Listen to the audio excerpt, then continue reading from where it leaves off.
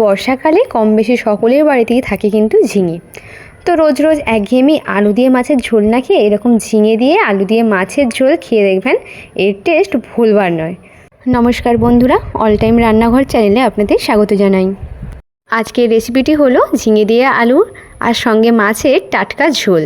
তো চলুন কীভাবে করেছি সেটাই এখন দেখাই। এখানে ঝিঙে লম্বা লম্বা করে কেটেছি আর নিয়েছি আলু, সেটিকেও লম্বা লম্বা করে কেটে নিয়েছি। আর নিয়েছি পেঁয়াজ কুচি, আদা বাটা আর জিরে বাটা। আর নিয়েছি পুকুরের টাটকা তেলাপিয়া মাছ, যেটিকে ভালো করে লবণ হলুদ দিয়ে মাখিয়ে রেখেছি। এখন কড়াই বসিয়ে দিয়েছি, সামান্য একটু সাদা তেলও দিয়ে দিচ্ছি। তেলটা একটু গরম হয়ে গেলেই একে একে করে মাছগুলো দিয়ে ভালো করে ভেজে নিতে হবে। যেমনভাবে আমরা মাছ ভাজি ঠিক তেমনভাবেই ভেজে নিতে হবে। পুকুরের মাছের ঝোলের কিন্তু একটা আলাদাই টেস্ট থাকে। মাছগুলো প্রায় ভাজা হয়ে গেছে, এবারে একটি পাত্রে এখন তুলে নিচ্ছি। মাছগুলো তুলে নিলাম। তারপরে কড়াইতে আরও একটু তেল দিয়ে দিলাম আলু। দেওয়ার পর ভালো করে একটু ভেজে নিতে হবে। একটু লাল লাল হয়ে গেলেই এর মধ্যে দিয়ে দেব ঝিঙে।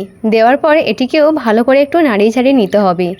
তেলে আগে একটু ভেজে নিলে এর যে কাঁচা গন্ধ সেটি কিন্তু আর থাকে না, যার জন্যেই কিন্তু তেলে ভালো করে ভেজে নিতে হবে।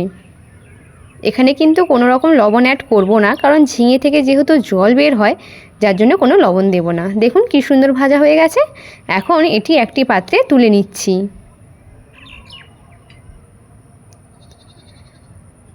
তারপরে ওই কড়াইতে আরও সামান্য একটু তেল দিয়ে দিলাম। সাদা তেলের রান্নাটা করেছি। প্রথমে দিলাম তেজপাতা, তারপরে দিলাম 5 ফোড়ন। দেওয়ার পর একটু লাল লাল হয়ে গেলেই দিয়ে দিচ্ছি পেঁয়াজ কুচি। এটিকেও ভালো করে ভেজে নিতে হবে। একটু লাল লাল বা ব্রাউন ব্রাউন হয়ে গেলেই কিন্তু দিয়ে দিচ্ছি আদা বাটা। এটিকেও ভালো করে তেলে নাড়িয়ে নিতে হবে। সামান্য একটু হলুদ গুঁড়ো এখন অ্যাড করে দিচ্ছি। এটিকেও সামান্য একটু নাড়িয়ে অল্প একটুই জল দিলাম, যাতে নিচে গ্রেভিগুলো পুড়ে না যায়। তো এটিকেও ভালো করে এখন নাড়িয়ে চাড়িয়ে নিয়ে আরও একটু সামান্য হলুদ গুঁড়ো সঙ্গে একটু লাল লঙ্কার গুঁড়ো পরিমাণ মতোই দিয়ে দিচ্ছি। এটিকেও ভালো করে নাড়িয়ে চাড়িয়ে দিয়ে দিলাম স্বাদ অনুযায়ী লবণ।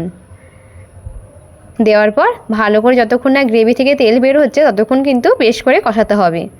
দেখুন তেল বেরিয়ে পড়েছে, যার জন্য এখন আগে থেকে ভেজে রাখা ঝিঙে এবং আলু দিয়ে দিলাম। দেওয়ার পর এটিকেও ভালো করে নাড়িয়ে চাড়িয়ে নিতে হবে। প্রায় 5 থেকে 7 মিনিট কিন্তু ভালো করে এটিকে নাড়াতে হবে। একদম গ্রেভির সঙ্গে ঝিঙে আলু যেন মিলেমিশে যায়। এরপরে দিয়ে দিলাম ভাজা মশলা। ভাজা মশলার মধ্যে রয়েছে জিরে আর ধনে, এটিও দিয়ে দিলাম। দেওয়ার পর ভালো করে একটু নাড়িয়ে চাড়িয়ে নিচ্ছি। দেখুন কি সুন্দর এখন মিলেমিশে গেছে গ্রেভির সঙ্গে। তো এখন পরিমাণ মতো জল দিয়ে দিচ্ছি। জল দেওয়ার পর একটু ভালো করে নাড়িয়ে চাড়িয়ে নিয়ে প্রায় 7 থেকে 10 মিনিট মতো ঢাকা লাগিয়ে কিন্তু রেখে দিচ্ছি।